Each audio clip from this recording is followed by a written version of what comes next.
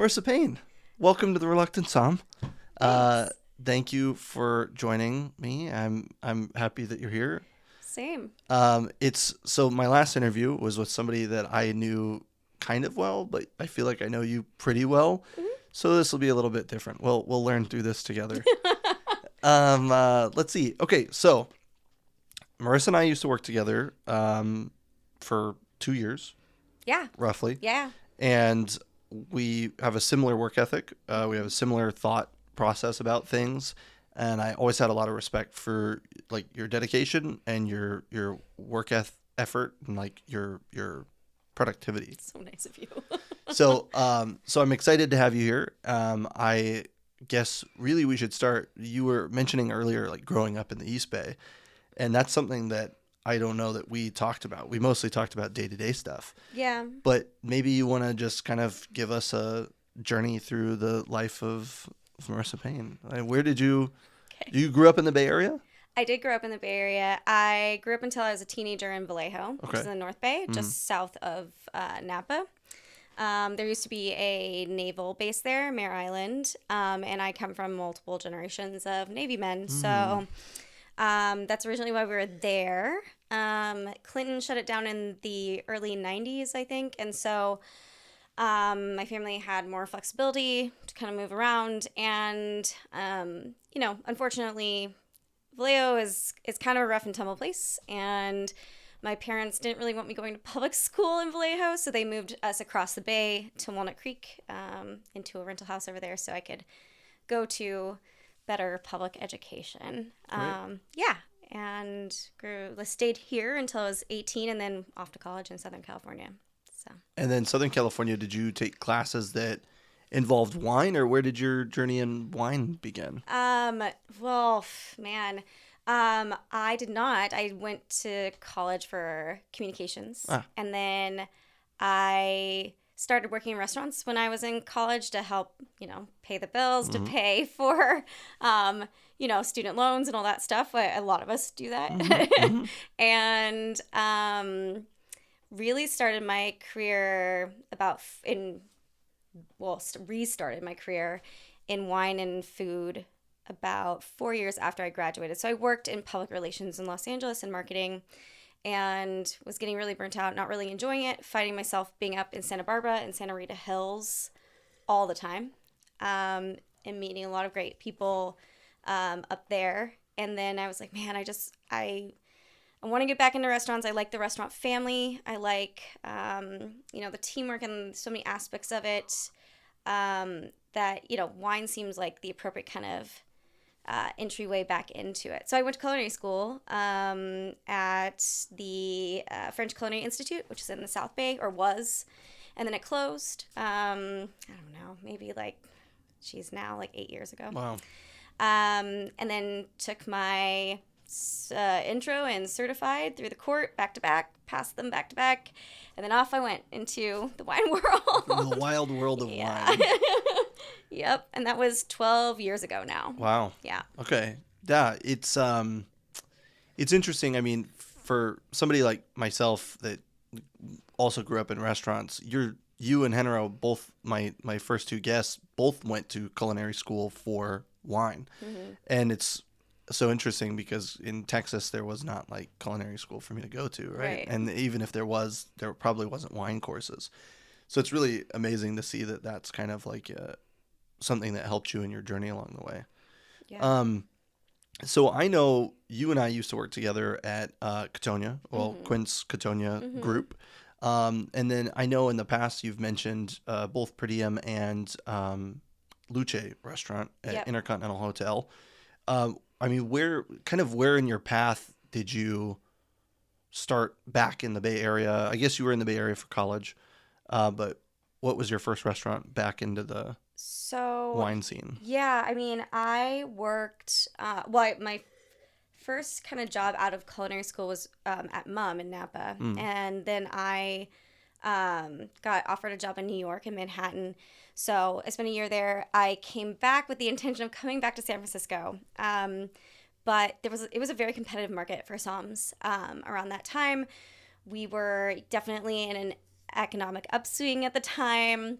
And Las Vegas called first. I had a friend that was already running a program in Las Vegas and brought me in. But the goal was always to come home to San Francisco. And so I kind of like paid my dues there for a year, which was fun and interesting. And came back, and Luce and the Intercontinental was the job I took to like kind of get back into the Somm market here in San Francisco. That's awesome. Yeah. I mean, see, this is the cool thing about talking in this format is it's like, I guess I didn't realize, or maybe I didn't remember that you had lived in New York and that you had worked in New York or Vegas. Yeah. Right. So, cool. And then, so Luce is a machine. Well, I mean, Intercontinental is a machine. Yeah. Right. It's how many rooms? Do you remember how many rooms? Oh man, it's I mean, at the time it was the newest hotel built in San Francisco. Obviously that's changed, but I mean it's huge. Massive. It's massive. And then, you know, for my role, I was running beverage for all of the outlets except for our banquets. Woof. And then, you know, we had the Michelin star. The restaurant Luce was Michelin star at the time.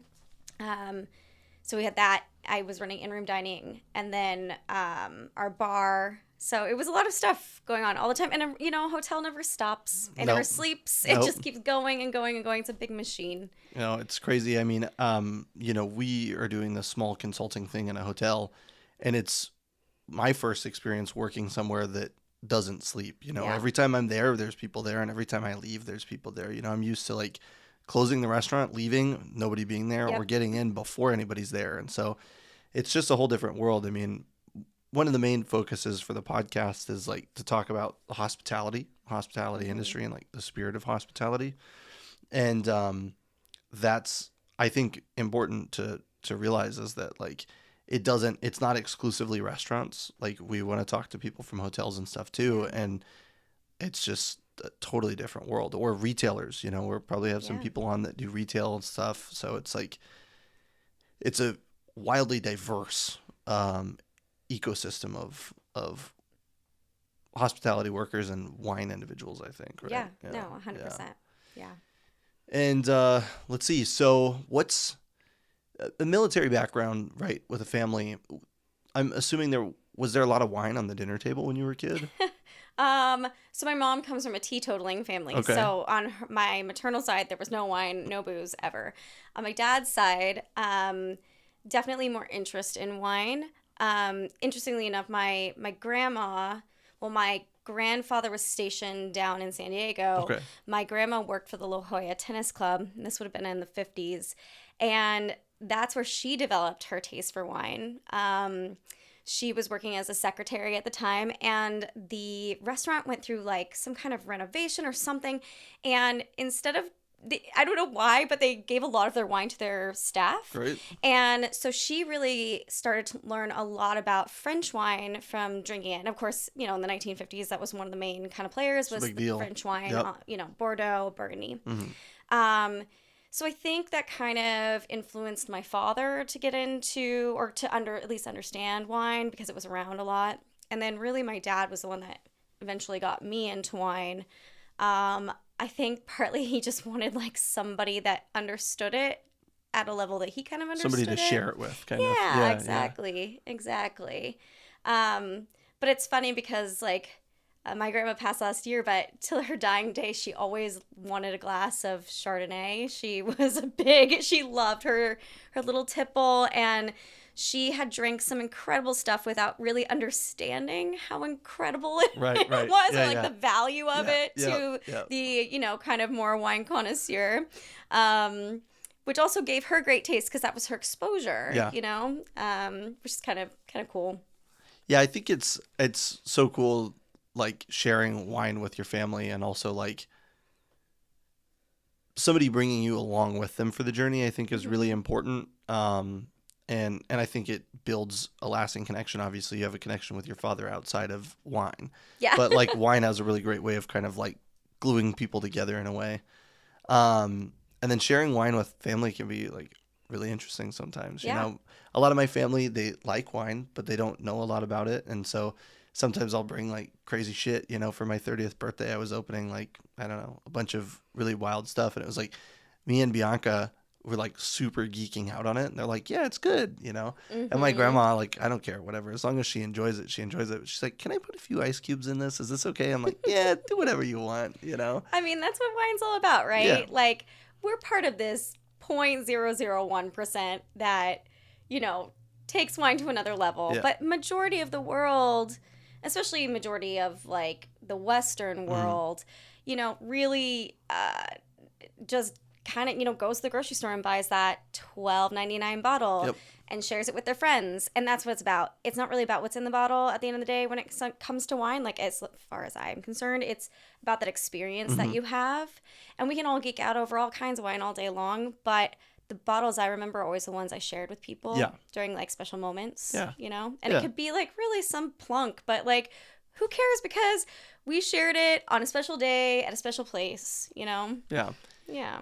Yeah, I think like you hit the nail on the head, right? It's less about kind of the qualitative thought about the bottle and more about the quality of your company, right? Yeah. Like, wine to me is like designed to be shared. We have obviously more wine than we know what to do with. But if I get home and I want to open a bottle and like Bianca's like, I don't really feel like drinking, I'm like, I won't even open a bottle. Like, Yeah. there's no reason to open a bottle without being able to like share it and taste it. So it's a lot of fun. I think that's beautiful. Cool. Okay. And yeah, I mean, so wine slightly integrated into your family from an early time. When was your first time tasting wine? Oh, geez. I mean, Nobody's going to arrest anybody. No, I know. So I mean, tasting wine, I don't know, probably in like my early teens. That's great. Like Yeah. any other kid that kind of like, it wasn't, definitely my parents didn't give it to me. And it wasn't from one of those families where my parents were like, here, have a glass of wine with dinner. Yeah. I definitely was from like a more strict family when it came to alcohol consumption. But I'm sure at some point, like between 13 and 15, I probably like, there was an open bottle and I snuck a glass or a chug or something out of it. I mean, I didn't really like actually drink wine, I think, until I was probably in my later teens, like 18 or 19 years old, maybe 20, when I had like a boyfriend that was older and he would like buy cab. I think it was like, honestly, I think it was Chateau Saint Michel cab. Yeah. And I didn't particularly like it, but I thought I was being cool by drinking it with him. And I wasn't getting it at the grocery store myself because it wasn't 21. It's all about the experience, right? Yeah, exactly. Yeah. Going back to that experience. And then I think the first time I ever seriously thought about wine, my dad, when I turned 21, took me to a wine bar in the East Bay, and we did wine flights. And he did it blindly to literally try to figure out what my taste preferences were. That's so cool. And it was really cool. It was really special. I mean, he probably doesn't even know that I remember this. He may not remember this, but it really was awesome because it was funny because there would be like, a less expensive wine, medium, and then pretty high. And it's funny because every time I went for the medium priced wine, it just was where my palate was. It may still be where my palate is today, frankly. Yeah. But yeah, I gave him an idea of what I liked by just doing several flights of, these 2-3 ounce pours, which was kind of cool. That's great. Yeah. Is that wine bar still around?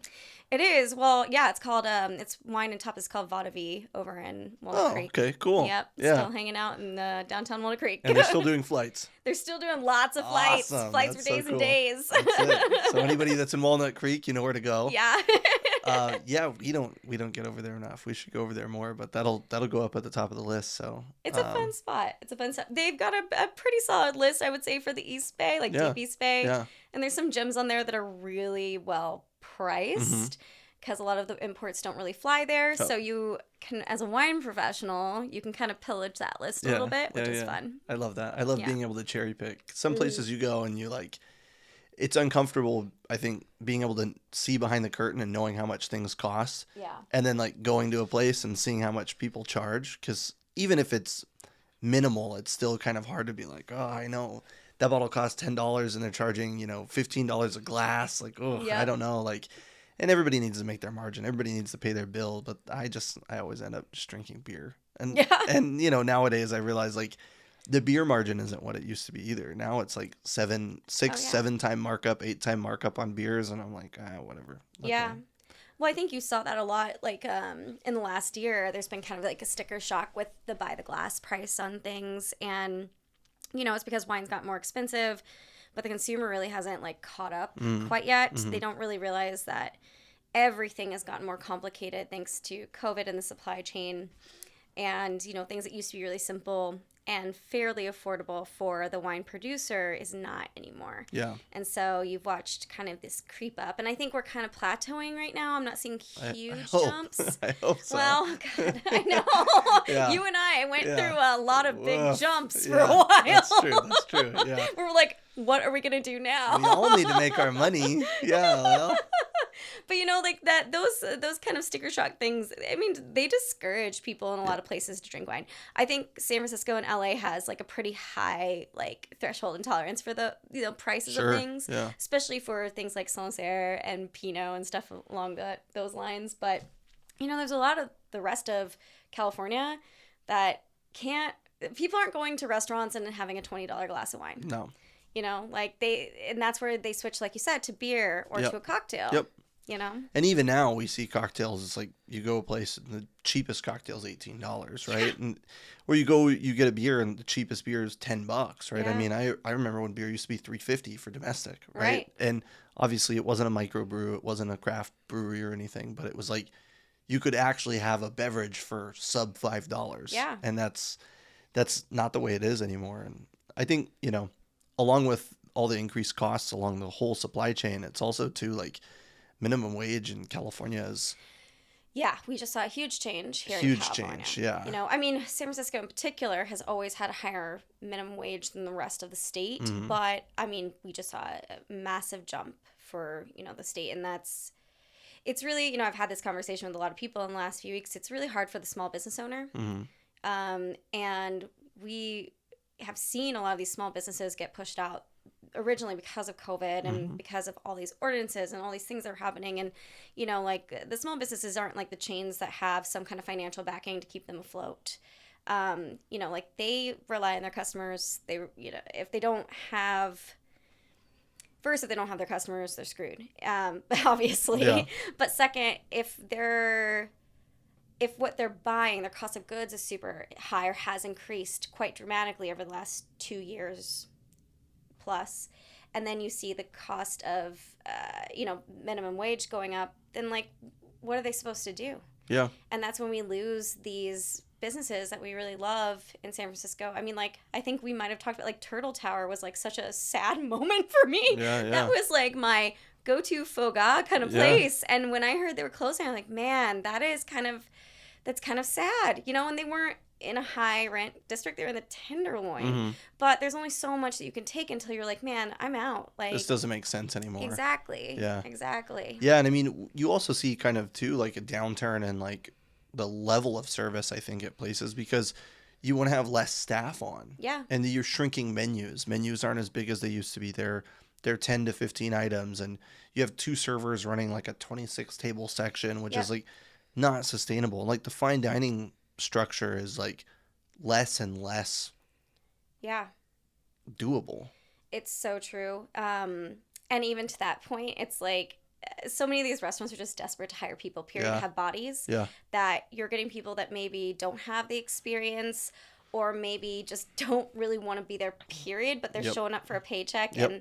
And these restaurants will simply not let them go because they're like, shoot, where am I going to go from here? Yeah. Like I'm going to have to start this hiring process. We just all need over. boots on the ground. Yeah, exactly. Yeah. Exactly. And it's kind of crazy. I mean, it's funny because I was at Gary Danko not that long ago, and I cannot believe the amount of staff that they have over there. They have so many people working there. And I'm like, how did they do this? Though. They're a machine. I know. It's just like so impressive because you hear about like lack of staff.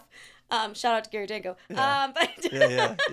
But like, I don't know how they do it, but they've done a really great job of keeping their staff.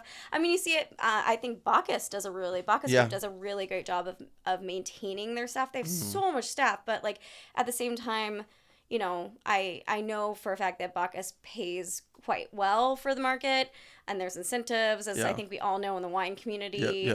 Trips and things like that for their wine staff. So. But I mean, again, that's a bigger company with some really good backing. For these small mom and pops, it's not the same. It's not the same game. Yeah. Yeah, it's concerning, but we'll also see where it goes. Like I totally understand, and I think it's justified, like raising the minimum wage and like cost of wages going up because the cost of living is going up, right? But like eventually, like where's the buck gonna get passed, right? Because you can only pass the buck so many times, and I don't know, it's crazy. I mean, my concern in California is and I obviously was born and raised here, and I love it here. There's a reason I came back. I knew that I was going to pay a lot of money living in the state to live here. But, my concern is pushing out the middle class, and the middle class is a lot of your restaurant workers. Yeah. And so, we saw it during, the exodus of San Francisco during COVID, where everybody went to Colorado, to Texas, to Oregon, to places in the Midwest. Yeah. And because they could afford a better life, and there's food culture there. There's wine culture in those places. I like the weather here better than a lot of those places. That's true. Yeah. But yeah, it's really worrying being in the restaurant business and watching your friends go, and then watching everybody else in the economic class that you're in go, and you're like, what am I doing? Yeah. When I first came to San Francisco, I remember telling my family, because I'm from Southern California originally, I said, I'm going to go to San Francisco. I'll be there for a few years. It'll be like college. I'm going to have a really small place to live. It's going to be really expensive. We're going to learn a lot. Yeah. And, here I am 6 years later. So maybe I'm going for my master's degree or something. I don't know. Or maybe I'm just a glutton for punishment. But yeah, it's really wild. But I think, inversely, I was talking to Henry about this. It's like we have such an incredible exposure to wine. We do. Especially San Francisco. I haven't worked in the wine industry in LA, so I can't really speak to that. But I think, to me, like, I thought I knew a lot about wine. And then I started working in San Francisco. And you just, not only are you tasting some of the most legendary things, but you're also being exposed to so many small producers that don't get imported anywhere else because, the grocery stores in the towns that I grew up in were Vaughn's or Safeway or Whole Foods or whatever. And they're all carrying the same thing. Yeah, everybody carries the same stuff, right? It's whoever can pay to put their wine on the shelf. And there's not a lot of mom and pop places. And the mom and pop places are just like liquor stores. They're just carrying the brands that sell because they don't want to have to pay somebody to work the floor and hand sell these bottles. And there's a lot less passion. It's just like a job or a business. I want to make money, right? But San Francisco, I think, is one of the impetus to start the podcast was like to the level of passion that there is in the wine industry here, I think is really like one of the things that keeps us here and like keeps us engaged is because we're just like, we taste really great things, really amazing things. We meet all these amazing winemakers and all these people come to town. And, additionally, we get to work with people like each other, right? And we get to like build friendships over passion and wine, which I think is really beautiful. Yeah, I think San Francisco is really unique in that way.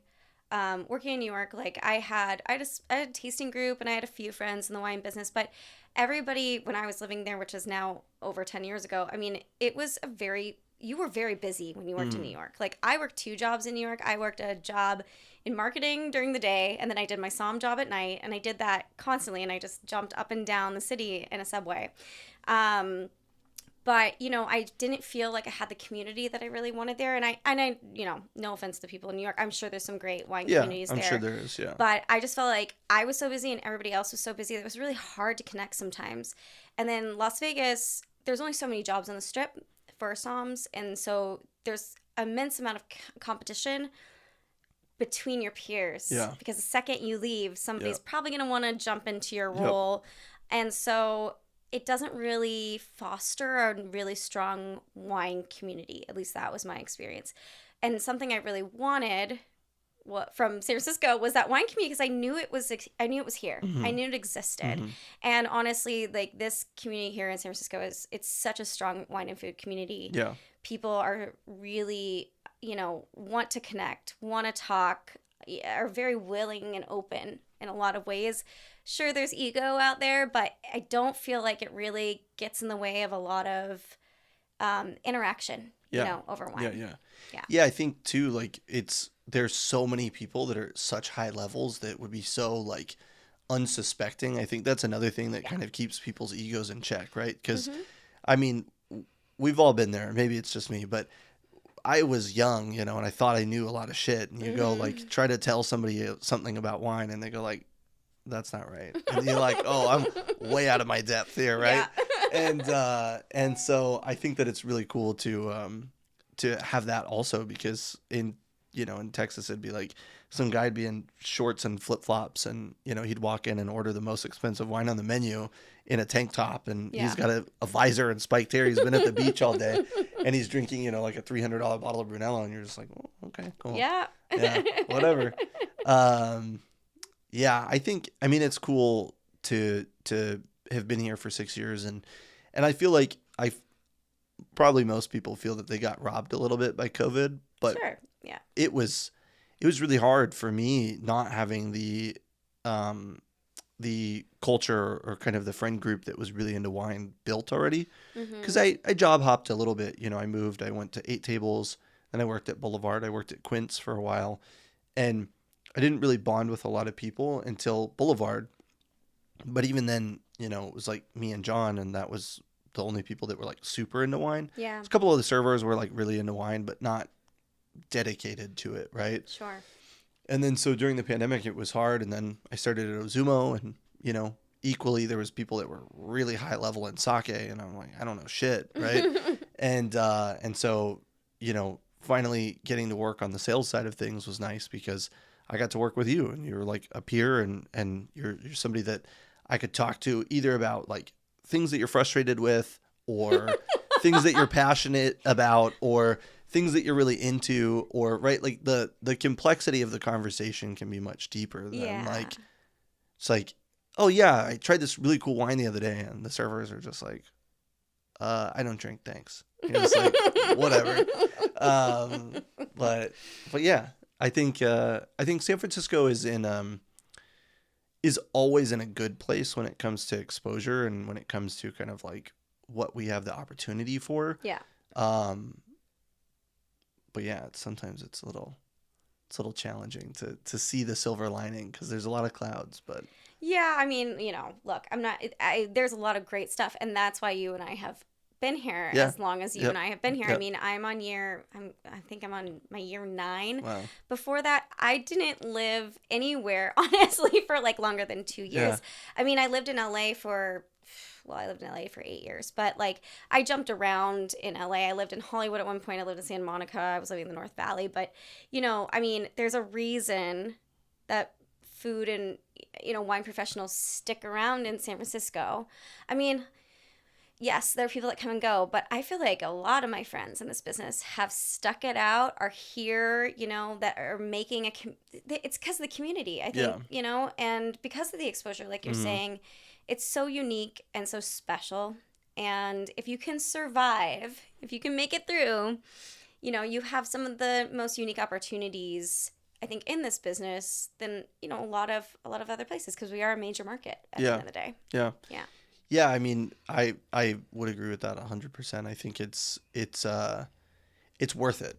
Right. I had this conversation the other day with Bianca, and I was just like, it's worth it. Right. Yeah. The amount that I've learned in the 6 years that I've been here is exponentially more than what I was learning not in San Francisco. Yeah.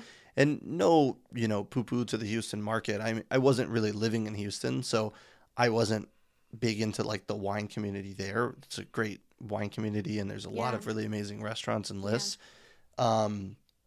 But I was like the big fish. And then in the desert, I was the big fish. And then, when I moved to a couple other places, it was like, if people weren't super into wine, you don't really have like a peer or a rival or somebody, my favorite thing to always say is the fleur-de-lis, which is the Boy Scout symbol, is like stands for iron sharpens iron and man sharpens man, right? And it's like, by us working together, we can like make each other better. Yeah, right? Absolutely. So okay, so you are now at The Source. Yeah, The Source Imports. And how's that going?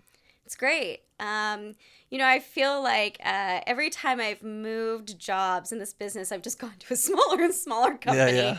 Yeah. I started with Regal in 2019, in November of 2019. What happened in a few months later, changed all our lives. And it was a really challenging time to be new in sales because, like everybody, we had to pivot. And so, I credit Jackson Family and Regal with teaching me a lot of really incredible sales fundamentals. Great fundamentals, yeah. And incredible training program. I don't think I'd be the salesperson I am today without that really great base that they provided.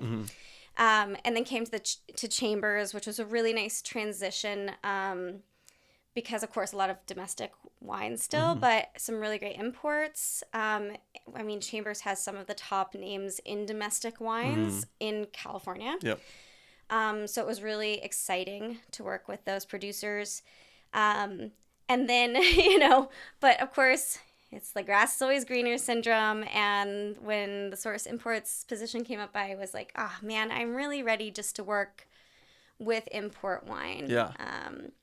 And it's been a really fun, challenging transition, as it is, anytime you change jobs. Yeah. Yeah. When you call on like such a vast amount of geography in California right now, yeah. and you also carry, how many wineries is it, ballpark, like 60, 70? Oh no, man, I counted the other day for somebody actually. So we have over 100 wineries that we represent. Holy shit. Plus we just took on, and this is public knowledge at this point, we just took on the Indigo portfolio, which is part of Eric Solomon's larger book. Yeah. The Indigo portfolio mainly focuses on his more up and coming younger kind of cool producers, which fit really well into the Source Imports. And we've got some really exciting stuff from Etna coming in the next few months too. So it's an ever evolving book, which is exciting. Yeah. I feel like for Ted and Donnie, who are the two owners and leaders of the ship, that's how they feel too. It's an ever evolving thing. They've launched some wineries that have become very, very, very famous, and they were the first ones to bring them in. And there's been no hard feelings when that person is ready to go on to a bigger portfolio where they have national distribution. It makes sense, and they wish them well. Yeah. But it's something that brings them a lot of joy and passion is like being there and helping them launch, and helping give some of these younger sometimes. Also, sometimes just forgotten about winemakers, sometimes, just new to the scene as far as imports, giving them a platform to stand on finally. Yeah. Where maybe they don't have their own confidence to even do that quite yet, and giving them that confidence to go, no, you should be everywhere. You deserve to be in the top market. Yeah. The best example that you've seen that has not left our company is Arnaud Lambert. Yeah. Which, in 10 years has exploded on the California market. Yeah. And it's partly due to the fact that Arnaud's wines are great. Yeah. And that he's an awesome person. But also, and it doesn't hurt that Loire wine is very popular. Yeah. World over right now. Well, it's a huge pivot when Burgundy has become unattainable, and Bordeaux has always been unattainable in my lifetime, right? And you have really incredible wines coming out of Loire, not just Sancerre, right? And darling. Yeah. And those wines are awesome. Arnaud's wines are really, really incredible. For Christmas, we opened a mag of 2018 Clos Midi. Awesome.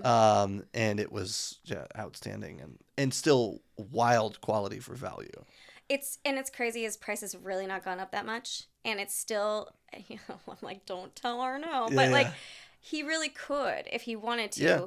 Put his prices up quite a bit more. But I think for him, it's more about making sure his wines are still accessible. He's worked with some of those famous names in Loire that have put their Cab Franc on a pedestal. Yeah. And, have nothing but the nicest things to say about them. But at the same time, questions, is the value really in the bottle for the price? Right. And,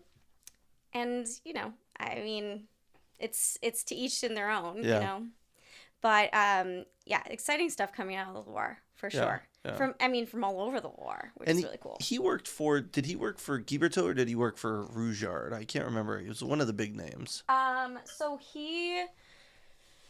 He's good friends with both. Okay.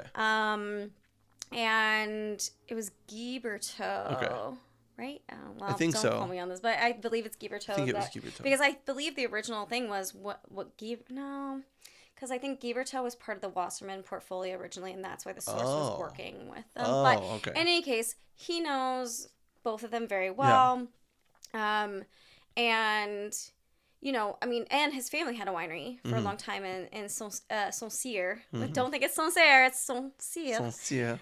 Which is, just, it's like 2 or 3 kilometers from Breze. And so when, the opportunity came up to have a long-term contract with Breze, it kind of made sense, but it really launched, the brand Mm-hmm. itself. But it's taken a long time. That vineyard wasn't always in great shape. And it's taken a long time for Arnaud to, like, really hone in everything. I think, Mm-hmm. I had him on the market here about 4 weeks ago, and he really felt like the wines are in the best place they've ever been right now. That's good. Yeah, which is really exciting because who knows what's to come, Yeah. you know? Yeah. I mean, if you're, I think I had Julian Barreau from Domaine de la Baroche, Mm-hmm. and he was kind of saying the same thing as it's taken him a long time to get to where he is. Yeah. But I think they're all kind of doing the same thing. They're all doing it right. Yeah. Right? They're not using heavy pesticides. Mm-hmm. They're not blending in unnecessary grapes. They're not looking for kind of a consistent product year in and year out. Like they're looking for exceptional quality, but they're not willing to like sacrifice integrity for quality. Yeah. And I think that like that'll pay off, right? Like if you just do things the right way, eventually things will like come around. And Mm-hmm. and I think that that's one of the really exciting things about a lot of the smaller producers that we see nowadays is just like they're able to kind of make those pivots in like a 2-year transition or 4-year transition if you need to get certified organic, um, to really kind of adapt and overcome the hurdles of like not mistreating your vineyards, but vineyards that weren't like as taken care of. Yeah. Right. So, Yeah. um, I think you need to think about it also as we, especially being in California, we see all, the Disneyland, as I like to call it, of Napa and Sonoma, where, there's big vineyards and things that, our weather's pretty darn good. We haven't had that many really disastrous vintages. yeah. Yes, we've had several smoke taint years. Yes, we've had, like 2011 where it was just like so cold and there was, threats of mildew and rot and stuff. Mhm. But really, in Yeah. the big picture of things, compared to France, many regions in France, We're we've not had getting it pretty frost. We're not easy. getting hail. We're not getting Yeah. mildew. Yeah. And like I think we have to look at it also like, yes, everybody's doing this for the right reasons, but they're also doing the right reasons because they're small farmers that know if they're growing their grapes more naturally, as in with organic practices, they're actually getting a better product. Right. And the better product is going to make them more money at the end of the day. Yeah. Yeah. And so that's a big part of it too, I think. Yeah. Yeah. I mean, a lot of our producers are really small production producers, and sometimes it's because that's how their grandparents did Yeah. it. They just did things quite like hands off and naturally. Yeah. But you also have people where they are, I mean, there are places where the threat of mildew and stuff like that, they have to spray. Yeah. Or they're going to lose everything. So there's that thing too. It's Or just the Germans complicated. with their sulfites, right? Yeah. They have to use sulfites, Yeah. right? They have to sulfite the shit out of their Yes, wine. and we've seen a lot of reductive wines Yeah, from that. yeah, from yeah, that place. Yeah, I think that's one of the challenging things about the natural wine scene or natural wine movement is Yeah. what I've been trying to call it lately because it's not a scene, right? A scene would No, indicate that it's like not here to stay, and I think it is here to stay. But it's one of the most challenging things about it is not having kind of like a box that the terminology fits within, Yeah. and seeing how some people will like manipulate that terminology as like a sales tactic, right? Yeah. Like there's a lot of really great natural wine producers that have been making wine naturally forever. Yeah. And then there's a lot of people that are just like peddling some like really funky shit and like putting the word natural on the bottle and they're able to sell it and people are buying it because I don't feel like a lot of natural wine has the typicity that you can find, right? Like if you Yeah. taste Chianti, you know what Chianti tastes like, then you know when you buy Chianti that it's going to taste that particular way. Yeah. And natural wine is just kind of like a craps game. You just like... Yeah, it is. But at the same time, that's the interesting thing about this natural wine thing, because we've watched these regions like Burgundy, like Bordeaux, completely outprice themselves from the, normal consumer, right? And so where do people go? And if you're not highly educated in wine, or you're not even highly educated, if you're not you don't frankly care or have time or whatever, I mean, natural wine seems to be on the forefront. Yep. Natural wine is pretty easy drinking. Natural wine, you don't have to think about it half the time. Yeah. And if you don't really know what flaws are in wine, who cares at that point? I mean, like, great, put this bottle of wine on the table. Let's have a fun time. It's brilliant, actually, in some ways, what these natural wine producers have done with the clear bottles, with so you can see these crazy colors and all this stuff. Yeah. It's really, if it's been the reason or not, but they've really kind of marketed towards this, generation. It's X now that's coming up behind millennials. Yeah, I don't know. Yeah. And it's worked really well. Yeah. Yeah. Now we are seeing some natural wine that's completely overpriced, I think, because you don't know it could be really magical, but you don't know when you open the bottle. It's like playing roulette. Will it be flawed? Will it not be flawed? Yeah. Yeah. Yeah, it's I think that it's kind of like the proletariat drink now, right? Like it's like the working class beverage, and it's hard being super into wine and seeing people that are not into wine or don't understand flaws tasting things and being really into it, because it's like you said, we represent a lot of these small farmers and we represent a lot of these small producers that give their heart and soul to this thing, and then to see somebody else come along and push out a subpar product and still be able to make income on it. It's just a pivot from the large wineries being able to do it. And to me, I always try to remind myself of this. I'd rather they drink wine than not drink wine. It's true. The whole White Claw and Truly thing is nuts. You have no idea what the distillate's made from. It's made in a giant factory. Yeah. There's nothing organic or anything about it, but it was marketed as healthy because it was low calorie or whatever, right? It's like smoking cigarettes with filters. It's healthy for you, right? Or vape pens. Or vape pens for you. Yeah, exactly. Yeah. You're not burning leaves. You're just putting oil into your lungs. You're still putting that smoking, whatever. Yeah. I agree with you 100% on that. Yeah. But there's always going to be trends. Every generation is going to have a trend. But I would rather people, like you said, be drinking wine than not. Yeah. I agree with you. I was trained as a very classically trained sommelier. So does it agitate me that people are enjoying these wines that I don't think are speaking to the grape? Mm-hmm. And what distinguishes each grape from each other? That frustrates me, because I also want these people to understand what these grapes truly do taste like when they're translated into wine. Right. And I do find with a lot of natural wine that everything just starts tasting the same. Mm-hmm. And that's what's frustrating to me, is I couldn't blind natural wine and say, this is Syrah, or this is Zin, or, whatever. And so it's like the miseducation of wine in a way. Yeah.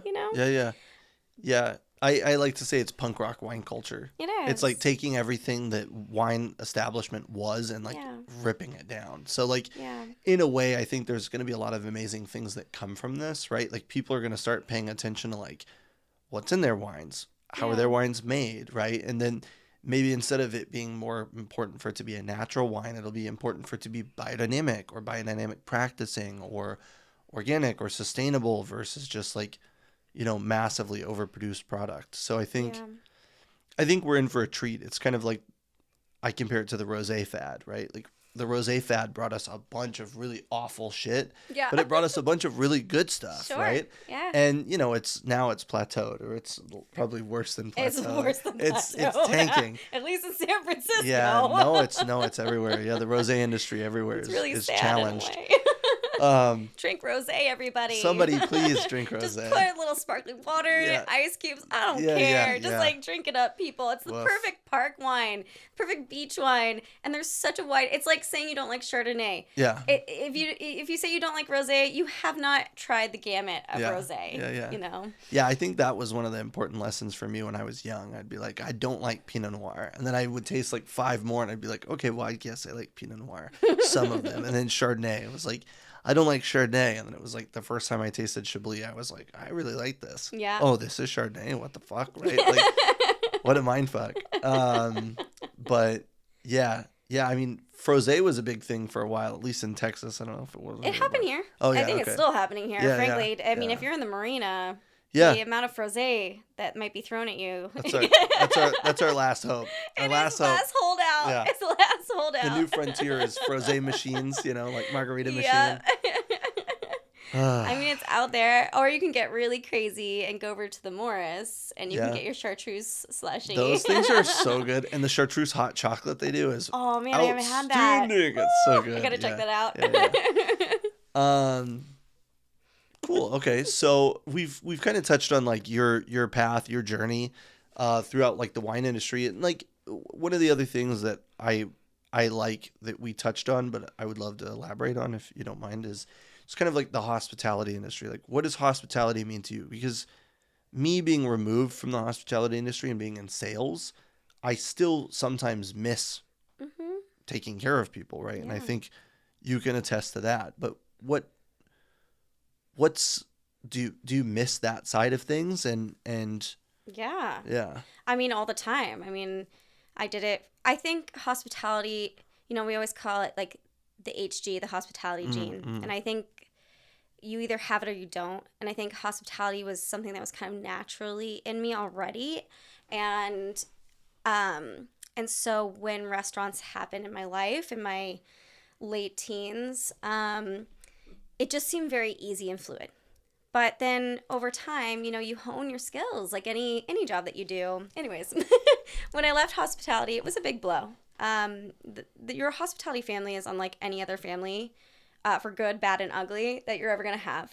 You guys are together so much of your day. Oh, yeah. You guys are in the trenches. It is different than your office cubicle kind of life. Like, you are having to work together, truly work together all the time. All the time. And you have to communicate and you have to figure out everybody's, strengths and weaknesses and differences. And, it makes you so great with people.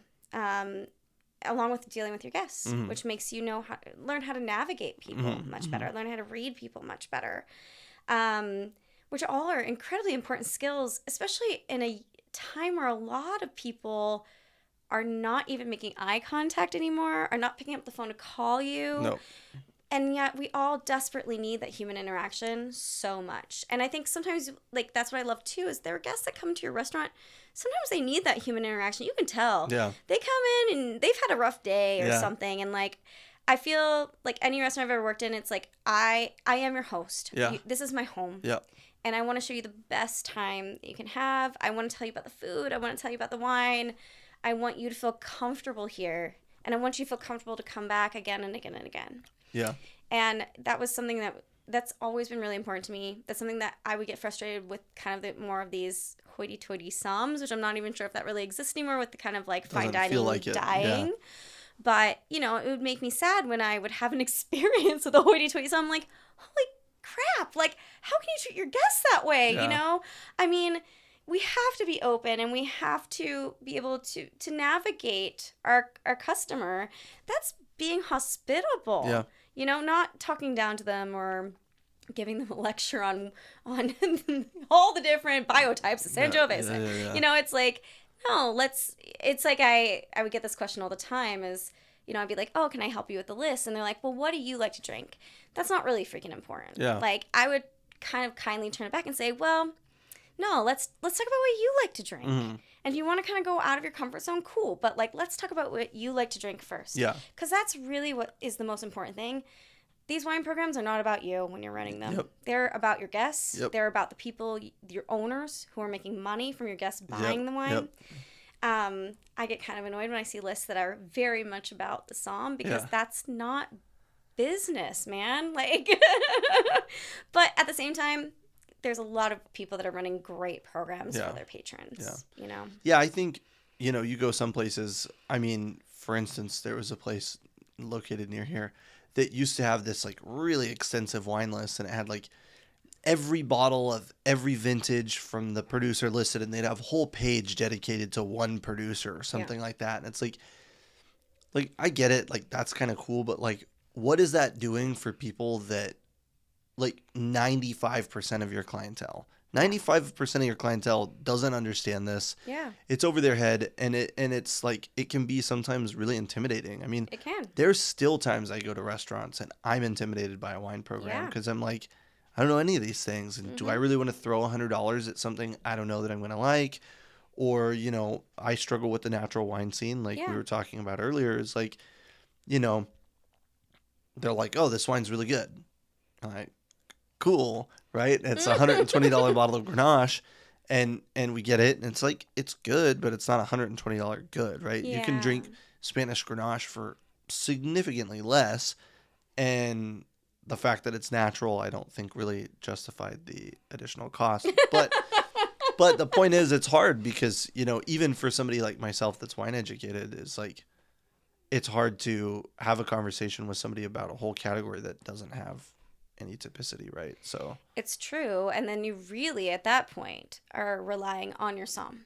Yeah. You know? Yeah. Like, that is, I mean, it's one thing to understand the wine world when it's, you know, our classic regions and our classic wines.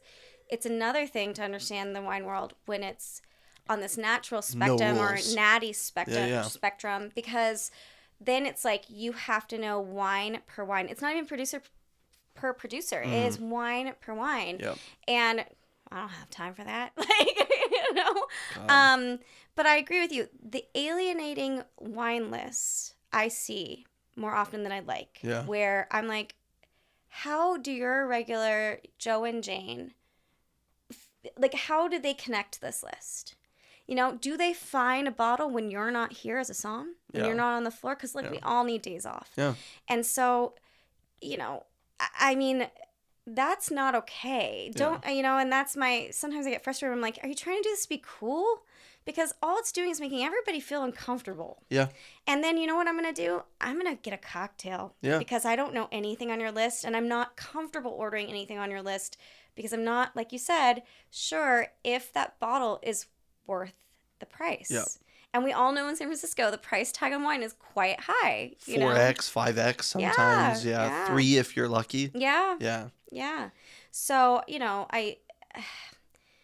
I'm all about innovative wine lists. Mm-hmm. Sure. But I think there needs to be balance. Yeah. And I find more often than not, and I can't speak for other places, but in San Francisco, you know, there's a handful of places I've been like, wow, I'm like really wine educated. I've been working in this business for a long time, and I don't know anything on this list. Yeah. Like, which I should be excited about, but it also, like anybody, it intimidates you. You go, you know, I feel like kind of back to square one. Yeah. You know? And I don't really want to ask questions because, like, I don't really have that much time. I mean, to me, the other thing that can be sometimes daunting is when you go and you sit down and you get 100-page wine list. Sure. That's great. And I'm so proud of those places for having those lists, and we need those places, right?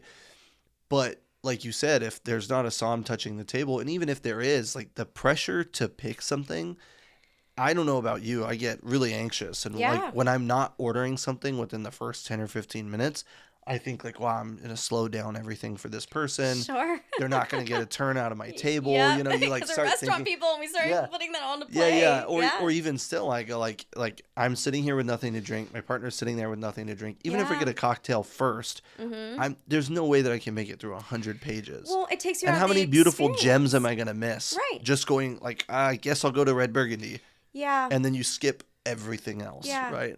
But it takes, see, those places that have those lists are experience-oriented places, right? Right. And the problem is those lists take you out of the experience. Yeah. So, I mean, I had this issue. We went to, with my fiance and I went to this incredible restaurant in Rome with my parents.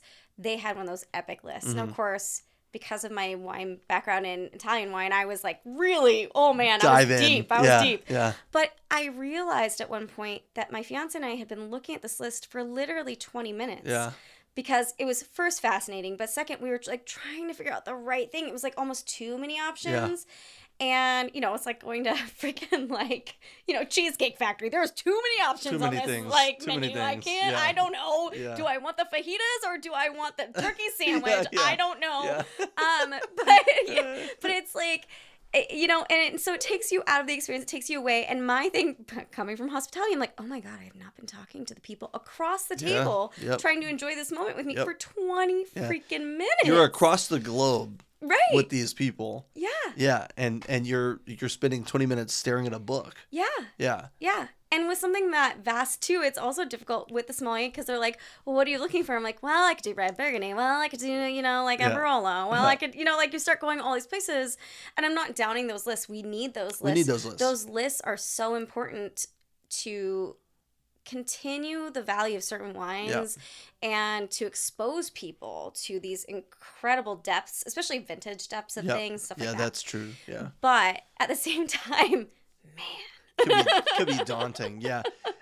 All I ask is that if you're going to have a list like that, you just try to update it like once a quarter online, right? So I could do like a little bit of homework before I come in because I'm always like looking stuff up, or I'll like look at a list or look at a menu and then I go in and like it's completely different. I'm like, fuck. Like, I know. I got to start all over, you know? That's the worst. Because I'm the same way. Yeah. Because I don't want to waste time. Yep. You know? And this is all coming from working in restaurants. Yep. Where you're like, oh man, I'm going to look everything up. I'm going to kind of like decide what I'd like beforehand, you know? And then you go in and you're like, damn it, nobody's updated this list. Like, nobody's updated the menu. Nope. I'm like, oh my God. Just don't even put it up at that point. Yeah, exactly. Like... Just take it down. Yeah. Or it needs to say like last updated on. Right. Exactly. Yeah. Like I like to go to Yelp sometimes, and if I can't find it, I'll try to find like menu photos on Yelp. Yeah.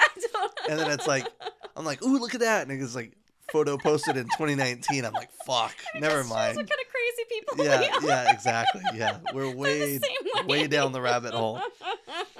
But it comes from our restaurant background, you know, through and through. Yep. It's we want to be hospitable to our guests, even when we are also the guests of the restaurant. Yeah, and to not even our guests, but to the people that are taking care of us. Yeah.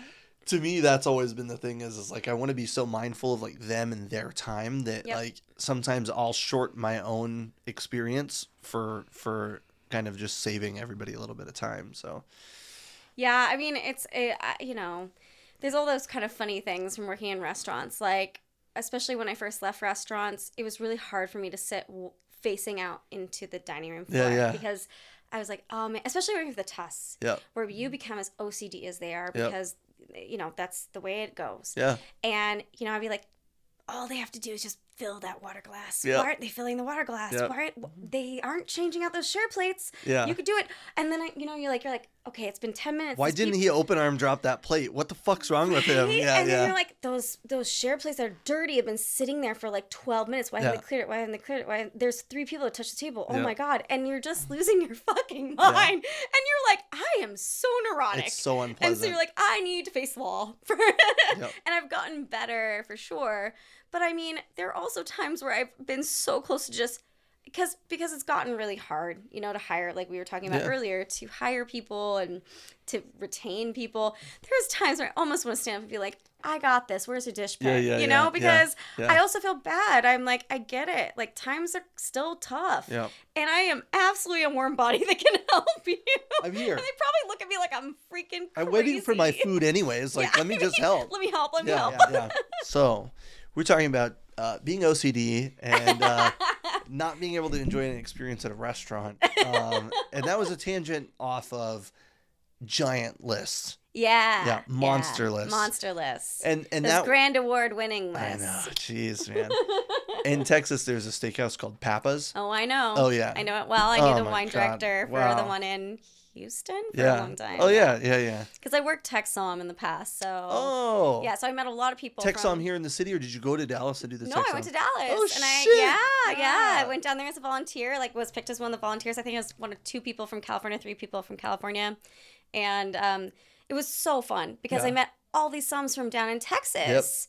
And it was so cool to like trade stories and talk about like the market and, you know, and then you just grind. You grind together for like 4 days, like really go, no sleep, polish parties, the whole thing. And it's a blast. It was super fun. And I've like kept friends from that, you know, Somm friends for a long time. I mean, Jacob, who's at Lazy Bear, I met him at Tech Somm back in the day. Oh, yeah, because he's from San Antonio. I think so. Or, I mean, when I met him, he was in Austin. Oh, Austin. At the time. I don't know if that's where he's originally from, but he was working in Austin. I think I remember when we went to lunch with Chad Melville at Angler, I think I remember him saying something about being in Austin.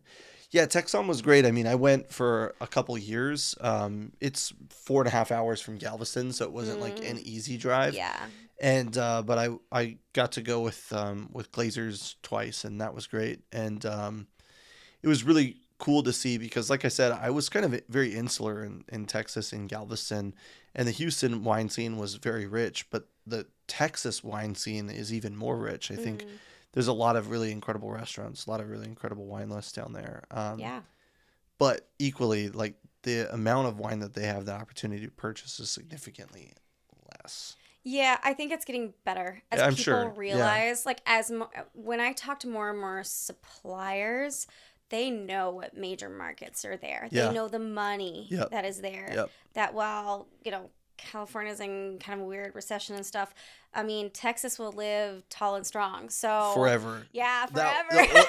The oil's not going anywhere for a while. Not, the cattle and the oil are not going anywhere. You know, and I think, you know, and you have probably better experience than me, but I think the food and wine scene has amplified over the last decade. That's so good. You know? I mean, the Houston wine scene, the Houston food scene to me was awesome. Like, I love San Francisco, and I've had a lot of really great meals in San Francisco, but I've had a lot of really subpar meals in San Francisco.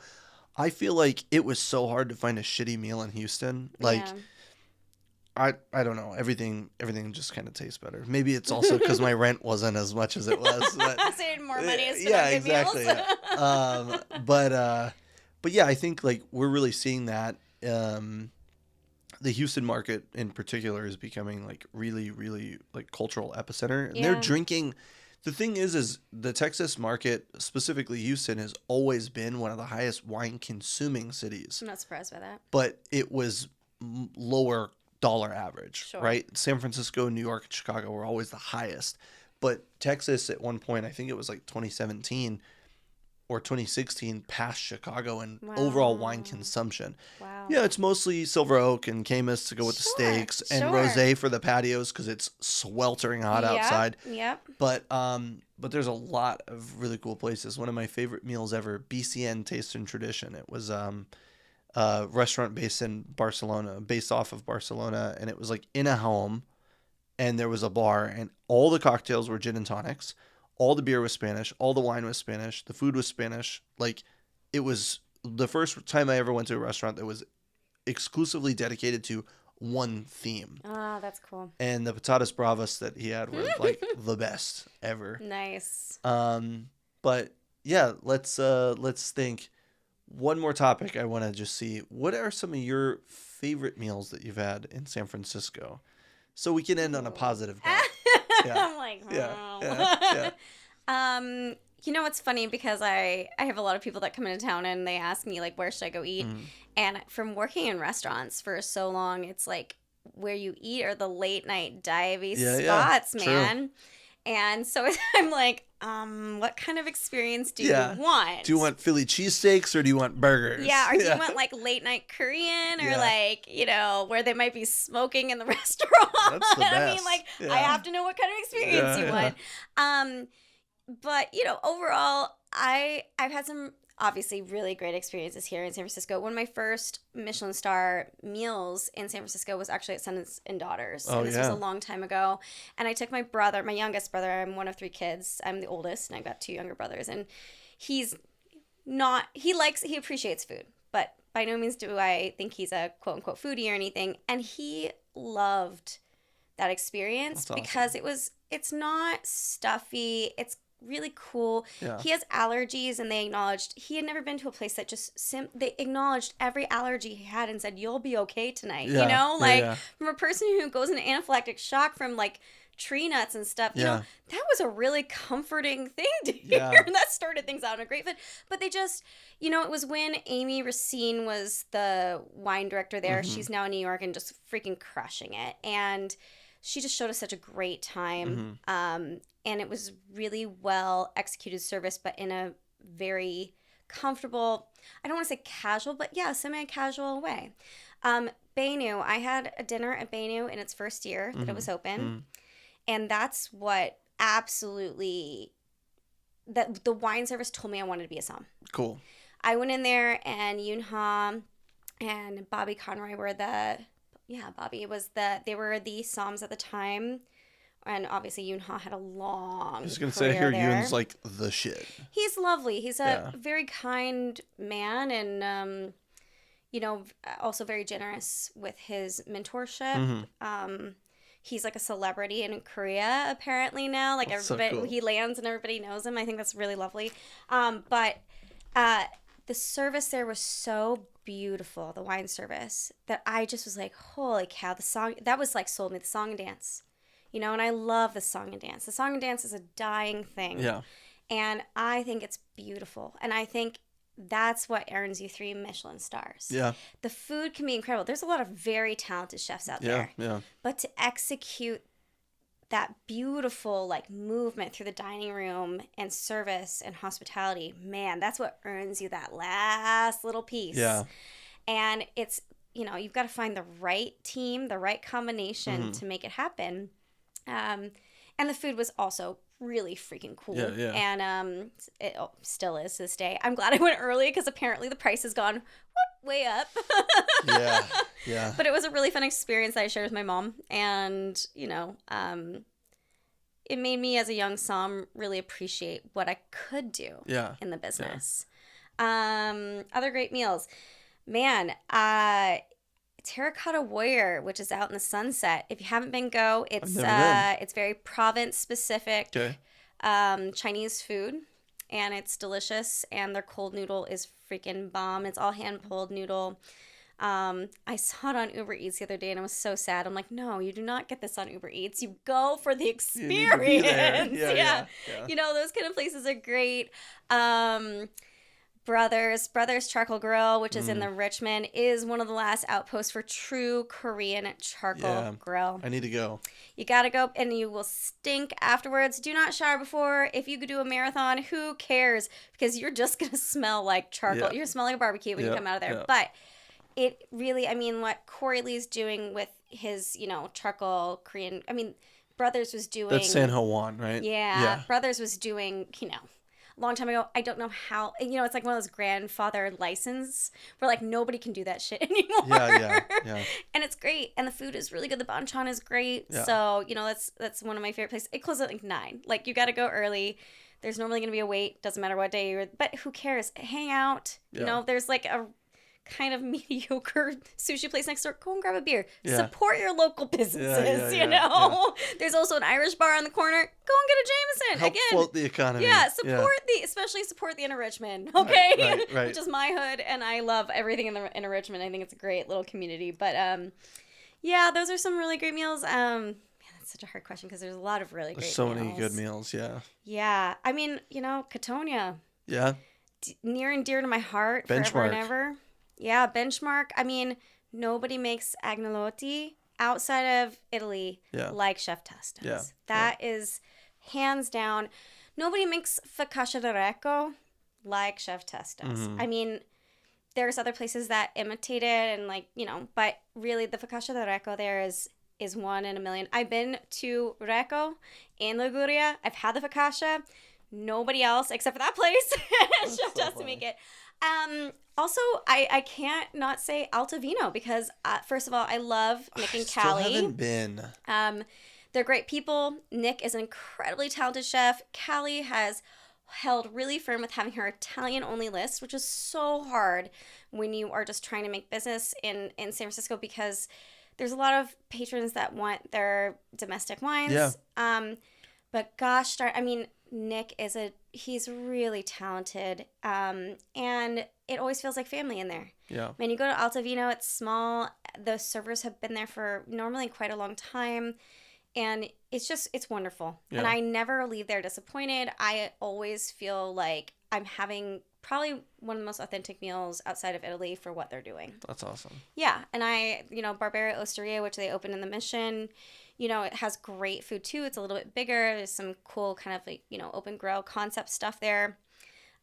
It's also equally as great. I just, Alta Vino's been around more, and I've had like more memories and birthday parties and things there, it's like sharing the bottle of wine. It's all about the experience. That experience. Yeah, Yep. So those That's are beautiful. like some of my favorite. I mean, there's so many, but those are some of my like favorite little places in San Francisco, favorite meals in San Francisco. Yeah, but there's a lot. And your future in San Francisco, how do you see it shaping up? What do you see? What do you want? What's your goals? What's your aspirations? That's a big question. Well, you could just nutshell it. It doesn't have to be like a whole thing, but I love San Francisco. It's been my city. Because I'm a Bay Area kid. I mean, I remember my grandma bringing me into the city when I was 5 years old to go see the Nutcracker at the ballet and all that stuff. So I have so much love for San Francisco. I also am so frustrated with San Francisco, and it has nothing to do with this great city or the wonderful people in it. It has to do, unfortunately, with the people running the city. Yeah. We see it in a lot of places right now. Yep. It's neither here nor there, but I want this to still continue to be the epicenter for food and wine that it is. I want to be part of it. I want to see the rise again of the city. I feel like the recovery time from COVID it's still happening. Yeah. Yeah. And I want it back to its glory days. I want it back to like the fleur-de-lis days. We don't need more fleur-de-lis per se, but we need to get back to that place where everybody came to San Francisco to dine, to be part of this, to work in this. Like I think I want to. That's why I've stuck it out, because I don't want to abandon this place that is this incredible cultural melting pot for food and wine. Yeah. Yeah. Somebody once said San Francisco's always been a boom and bust economy. Sure is. So that's what I'm waiting for the boom. It's gonna happen, Chris. Yeah. I've lived through multiple booms and busts in this town, and it's it'll happen again. I mean, everything's cyclical. Everything is just like the up and down, up and down. We saw the .com boom, then like the weird .com bust. We've seen, it's just. It'll happen. Yeah. Just got to give some patience. And hopefully the city also, the most important thing for me too is also that the city recognizes the value of these small businesses.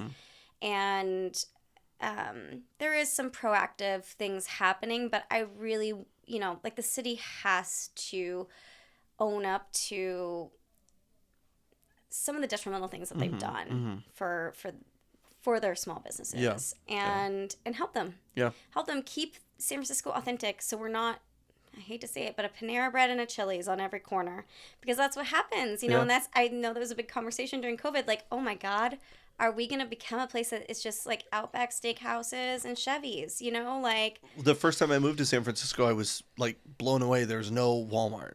Yeah. Like, how the fuck is there no Walmart here? Walmart. Right? Yeah, that's part of it.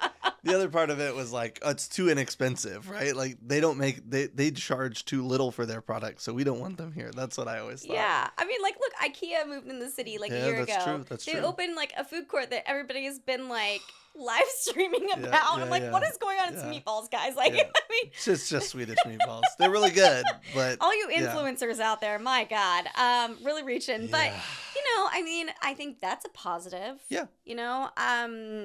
I think San Francisco's due for a rebirth, and I want to be here when it happens. Yeah. I hope it's sooner than later, because I can't just stick around for the rest of my life with, struggling along. But I have faith, I have faith in this city. Well, when it does happen, you can always come back and visit. You got a place to stay with us. Oh, yeah, that's true. And I appreciate that. No, I mean, I always have friends here. I always have family here. Yeah. And I mean, that's what your friends become in this business. They become family. They are family, yeah. And that's the most important thing. I don't have a big extended family. So my restaurant family truly is my family. Yeah. And I think that's one of the most unique things about our business. Blood, sweat, and tears. Yeah, sure is. Fighting the war together. Well, Marissa, thank you for joining me. Thank you for Thank sharing you, in this Chris. experience. Thank you for sharing your experience. And sorry for the technical difficulties, It's but okay. we'll get there. We'll have you back on when one day we've got it up and running, right? Yeah, So, when I'm far more important of a person, cheers. hopefully. Oh, come on. No, cheers. Thank you, Chris.